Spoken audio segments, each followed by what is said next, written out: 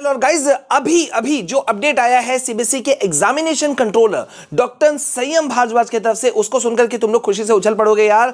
Official statement है और तुम्हारे बोर्ड एग्जाम को लेकर के जो टेंशन है ना उसको दूर करने वाला है। And I hope this is going to be a milestone. ये तुम्हारे लिए एक बहुत बड़ा टेंशन फ्री करने वाला चीज रहेगा। मैं भी तुमको वो गुड न्यूज दूंगा, लेकिन उससे पहले जल्दी से चैनल को सब्सक्राइब करो अगर तुमने अभी तक नहीं किया।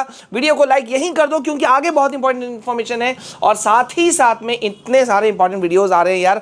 जल्दी से इन वीडियोस को देखो और अब आ जाओ मेरे साथ में कि क्या चीजें हैं। देखो यार, सीबीएसई जो है ना वो तुमको एक्स्ट्रा मार्क्स तुमको देने वाली है और एक्स्ट्रा मार्क्स ऐसे नहीं देने वाली है, बंपर मार्क्स देने वाली है। ये कहा है सीबीएसई के एग्जामिनेशन कंट्रोलर डॉक्टर संयम भारद्वाज ने। बस उन्होंने कुछ चीजों को करने के लिए कहा है, या यूं कह सकते हो कि सीधा सिंपल स्टेप्स 5 से 6 स्टेप्स उन्होंने बताए हैं। मैं तुम्हें वो प्रो टिप्स बताने वाला हूं जिससे कि तुम बोर्ड एग्जाम में एक्सेल करोगे, 80% प्लस स्कोर करोगे, इसकी मैं गारंटी लेता हूं। ठीक है, तो यहां पे सबसे पहले चीज ये तुम देख सकते हो कि सीबीएसई के टॉपर का मैं इस वक्त आंसर शीट तुमको दिखा रहा हूं।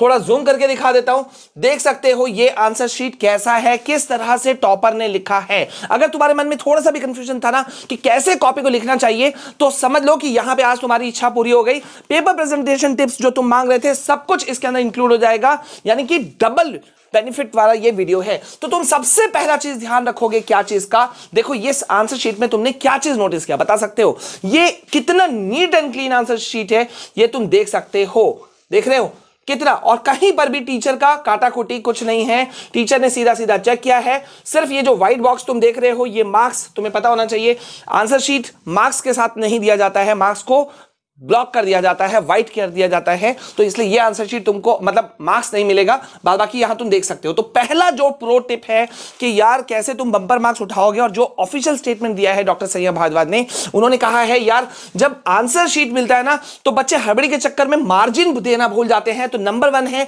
कि दोनों साइड में, आंसर शीट के दोनों साइड में तुम्हें मार्जिन देना चाहिए ही चाहिए। ये तुम देख सकते हो इस पूरे पोर्शन में जो है यहां पे ये ब्लैंक है, यहां मार्जिन दिया हुआ है। ये सबसे पहला एक गुड साइन है एक अच्छे स्टूडेंट का कि यार वो समझ रहा है कि उसको आंसर जो है वो लिखना कैसे है। ठीक है, ये हो गया पहला चीज। अब यहां पे मैं आगे कुछ भी बढ़ूं इससे पहले मैं तुमको बता दूं, ये 6 पेपर प्रेजेंटेशन टिप्स मैं तुमको साथ साथ में दे दे रहा हूं जिससे कि तुमको क्लैरिटी आ जाएगी। ठीक है, इसको फटाफट स्क्रीनशॉट ले लो, क्योंकि लास्ट ईयर भी जब मैंने बच्चों को दिया था ना वो नंबरों से नहा गए थे। पूछ सकते हो अपने सीनियर से। तो यहां पे पहला क्या है, पेपर प्रेजेंटेशन में तुम्हारा फोकस होना चाहिए। डॉक्टर संयम भारद्वाज का कहना था कि भैया पेपर प्रेजेंटेशन बच्चे भूल जाते हैं, आंसर तो भर भर के लिख देते हैं, सही आंसर भी दे देते हैं, लेकिन उनके आंसर सही होने के बावजूद भी लिखने का सही ढंग नहीं है तो आंसर के मार्क्स नहीं मिलते। आप समझो बात को कि भाई तुम किसी के बर्थडे पार्टी में जाते हो या वेडिंग रिसेप्शन में जाते हो और वहां पे कोई गिफ्ट देते हो, लेकिन उसे रैप अप नहीं करते हो, है ना, चमकीले पेपर से रैप नहीं करते हो, सीधा गिफ्ट उठा के तुमने दे दिया। मान लो कोई किसी भी चीज का गिफ्ट है तुम जो दे रहे हो वो खुला ऐसे ही तुमने दे दिया, तो अच्छा लगेगा? नहीं लगेगा ना। जब उसको चमकीले पेपर से रैप करते हो, स्टिकर लगाते हो, नेम प्लेट डालते हो, रिबन लगाते हो, तो उसकी सुंदरता बढ़ जाती है। तो वही है पेपर प्रेजेंटेशन। आप जल्दी से आ जाओ यहां पर कि यहां पे तुमको मैंने क्या दिखाया कि यार मार्जिन तुमको छोड़ना है, पहला पॉइंट। दूसरा पॉइंट ये कि हेडिंग मस्ट बी देयर। अब यहां हेडिंग देख लो, यहां देखो, ये देखो हेडिंग लिखा हुआ है किस तरह से। तो यहां लिखा है इस बच्चे ने सेट 1। तुमको क्या लिखना है मैं तुमको अभी बता देता हूं। सपोज यहां पे तुम शुरू कर रहे हो सेक्शन ए, तो तुमको ऐसे लिखना है सेक्शन ए और अंडरलाइन कर दो। सेक्शन ए लिखा, अंडरलाइन कर दो। ठीक है, अंडरलाइन करके उसके नीचे उस सेक्शन से जुड़े हुए सारे आंसर्स को लिखो। अब यहां पे मैं एक बात बोल दे रहा हूं, तुमको शायद पता होगा, क्लास 10 वालों को, 12 वालों को तो पता ही है कि कोई भी सेक्शन से तुम अपना आंसर लिखना शुरू कर सकते हो, लेकिन जिस सेक्शन को भी टच करोगे उसके सारे आंसर उसके नीचे होने चाहिए।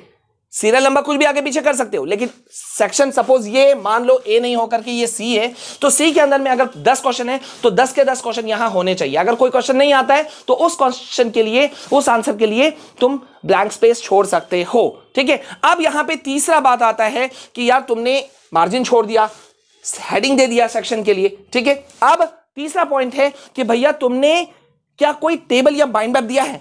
इसी आंसर शीट के अंदर में तुमको दिख रहा है, ये देखो यहां क्या है। इस बच्चे ने अपने आंसर को सपोर्ट करने के लिए डायग्राम बनाया, देख रहे हो, ये एक डायग्राम बनाया। ठीक है, ये एक डायग्राम बनाया, अब मैं तुमको यहां दिखाता हूं। ये देखो कितनी सुंदरता के साथ में इस बच्चे ने देखो लिखा heading section B answer number लिखा, और ये देखो यहां पे क्या है डायग्राम को एक्सप्लेन भी किया, उसके नीचे आंसर भी लिखा। ये देखो यहां है डायग्राम, देख रहे हो इस आंसर शीट की सुंदरता, आई होप कि तुमको विजिबल होगा। ठीक है, तो ये था प्रो टिप नंबर 3। अब हम आते हैं कि भैया प्रो टिप नंबर 4 क्या है, जिससे तुम एक्स्ट्रा मार्क्स तुम गेन कर सकते हो। क्या चीज है कि अक्सर स्टूडेंट भूल जाते हैं कि एक आंसर लिखा, फटाफट तुरंत वेरी नेक्स्ट लाइन से ही आंसर लिखना शुरू कर देते हैं। ये कभी भी नहीं करना चाहिए तुम लोगों को।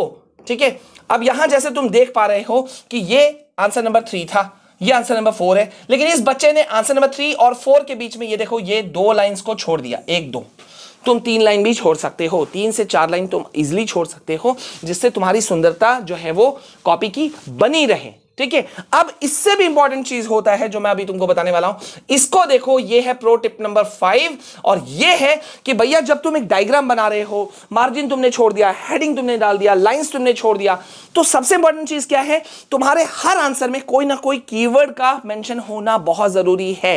ये मैं नहीं कह रहा हूं, ये सीबीएसई के एक्सपर्ट्स कह रहे हैं, ये सीबीएसई के ऑफिशियल जो कंट्रोलर, एग्जामिनेशन कंट्रोलर हैं डॉक्टर संयम भारद्वाज, वो कह रहे हैं कि भैया कीवर्ड्स है, तुमने यूज किया, अंडरलाइन तो करो। तो ये देखो यहां पे इस बच्चे ने पैरेलल वर्ड, इसमें इसको खास लगा तो इसने पैरेलल वर्ड को अंडरलाइन किया। ये देखो प्रिंसिपल एक्सिस को अंडरलाइन किया, देख रहे हो। यहां आ जाओ प्रोडक्ट डिफरेंशिएशन, तो इसने इस बच्चे ने इसको अंडरलाइन किया। Ease in introduction of new products, यहां इसको अंडरलाइन किया। थोड़ा इधर आ जाते हैं हम, यहां देखो, जस्ट ए सेकेंड, ये देखो यहां कितना अंडरलाइन किया है, और टीचर ने भर भर के मार्क्स दिया है, देख रहे हो। यहां अंडरलाइन, यहां, हाँ, मतलब अंडरलाइन तुम कर सकते हो। अब अंडरलाइन करते वक्त में बहुत सारे बच्चे मुझसे सवाल पूछते हैं, सर अंडरलाइन किस कलर के पेन या पेंसिल से करना चाहिए? हाँ, सीधा पेंसिल से अंडरलाइन करना, भूल के भी रेड पेन, ग्रीन पेन, ये सब पेन, आलतू फालतू पेन को यूज मत करना, मार्क्स सीधा कट जाएंगे। और अब सीधे आ जाओ, मैं तुमको यहां समझा देता हूं कुछ जल्दी से शॉर्टकट्स में कुछ टिप्स। पहला पॉइंट जो मैं तुमको समझा चुका हूं, पेपर प्रेजेंटेशन तुम्हारा बेस्ट होना चाहिए। कोई भी सेक्शन 2, मतलब पॉइंट नंबर 2, किसी भी सेक्शन को तुम टच करते हो, complete any section. Number 3, word limit या इंस्ट्रक्शंस को तुम्हें फॉलो करना है।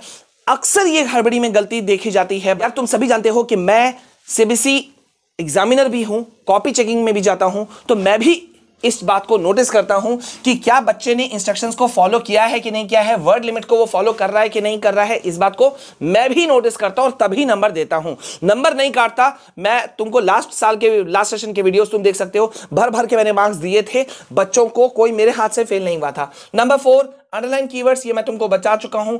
पॉइंट नंबर 5 और 6 जो है ये ब्रह्मास्त्र है। ये 5 और 6 क्या है? 5 कि don't leave any single question.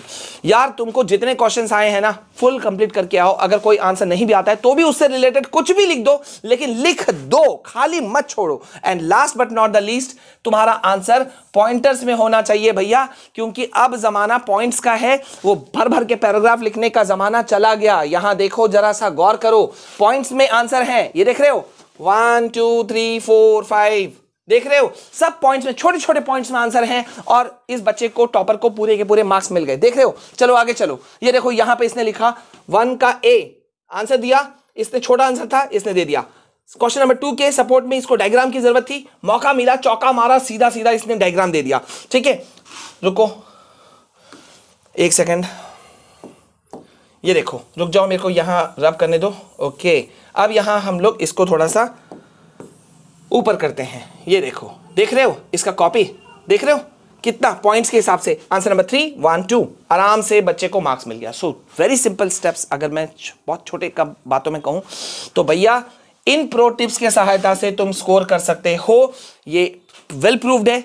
और अगर ये वीडियो तुमको थोड़ा सा भी समझ में आया है तो लिख देना कमेंट में कि सर इस बार हम यही फॉलो करने वाले हैं। और अगर तुम कर रहे हो इसको फॉलो, तो मैं कह सकता हूं कि यार तुम बंपर मार्क्स लाने वाले हो, 80% से अबव करोगे। अब तुम बोलोगे सर आपने 95 98 नहीं कहा, यार 95 98 भी हम लाएंगे, लेकिन मेहनत से लाएंगे, सिर्फ बकवास कर करके, फालतू गप कर करके, या सिर्फ अपनी डींगे हाँक करके नहीं, मेहनत करेंगे और मार्क्स लाएंगे। सो गो फॉर इट। जल्दी से वीडियो को लाइक करो, कमेंट में लिख देना किस सब्जेक्ट में तुम्हें लग रहा है डर, क्योंकि इंपॉर्टेंट क्वेश्चन आंसर्स की सीरीज अब तैयार हो चुकी है, वो आने वाला है तुम्हारे लिए। सो प्लीज यार वीडियो को लाइक करना, शेयर करना, पहली बार हमारे चैनल में हो तो सब्सक्राइब करना। मिलते हैं नेक्स्ट वीडियो में, तब तक के लिए जय हिंद, वंदे मातरम।